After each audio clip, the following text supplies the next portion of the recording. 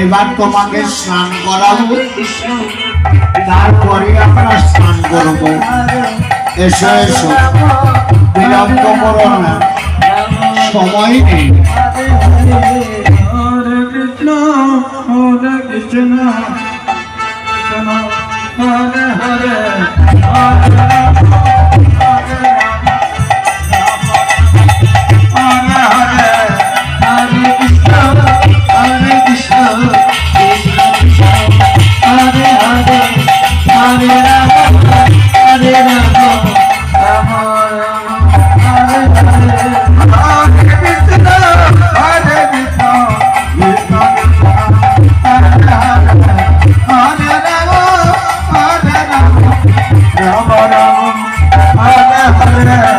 Hare Krishna Hare Krishna Hare Hare